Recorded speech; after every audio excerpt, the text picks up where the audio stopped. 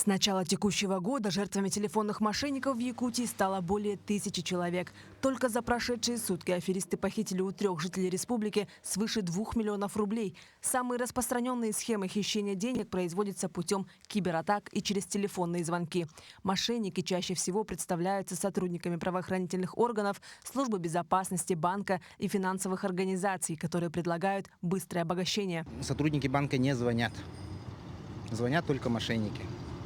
Если вам позвонили с банка, необходимо положить трубку, взять свою банковскую карту. На обороте там написана горячая линия банка. Перезвонить и спросить, действительно ли сотрудники банка вам позвонили.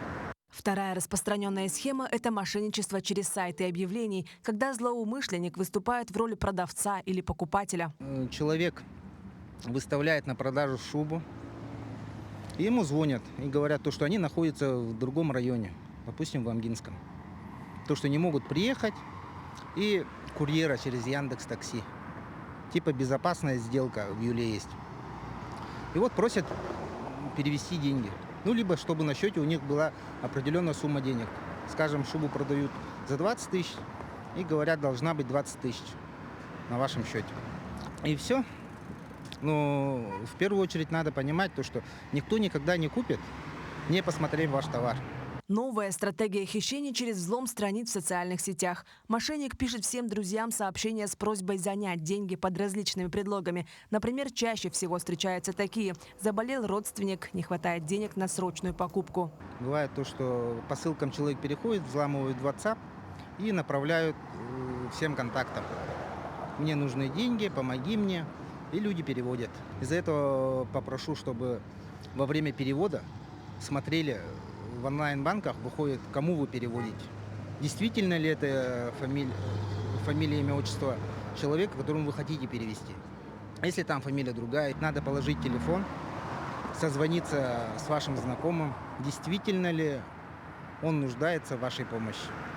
Часто используемая, при этом очень действенная сегодня в Якутии схема – это дистанционное приобретение автомобильной техники. То есть говорят, что вот на аукционе висит автомобиль, мы его растаможим и предоставим вам, вы приедете в Приморье, заберете автомобиль, говорят перечислить денежные средства на какой-то счет, в итоге автомобиль не поставляется. Из свежих уголовное дело находится в отношении мошенников, которые занимались непосредственно мошенничеством с использованием того, что будут поставлять автомобили из Кореи, из Японии. Там сумма ущерба составляет более 50 миллионов рублей. Это только по данному уголовному делу. И по этому уголовному делу всего задержаны 6 лиц. К сожалению, организаторы у нас находятся в бегах за пределами Российской Федерации. Для того, чтобы защитить себя и свои данные, эксперты рекомендуют в первую очередь не переходить по подозрительным ссылкам и не вводить на сомнительных сайтах свои личные данные и данные карт. Если поступил подозрительный звонок или сообщение, нужно прекратить диалог и позвонить по номеру 102 или 112. Марфирина Алексеева, Артем Алексеев, Якутск.